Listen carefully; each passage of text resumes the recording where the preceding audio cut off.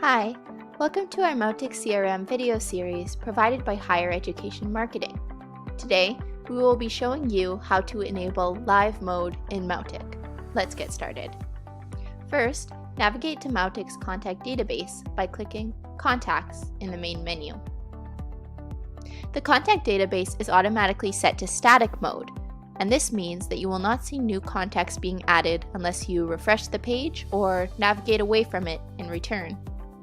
But if you click the Thunderbolt in the top right-hand corner over here, you will enable live mode, whereby new contacts are automatically added to the database as they are created in your system. If you want to toggle back to static mode, simply press the Thunderbolt button again. And that's it! Now you know how to enable live mode in Mautic. For more videos, you can check out the Mautic CRM section of our website at higher-education-marketing.com.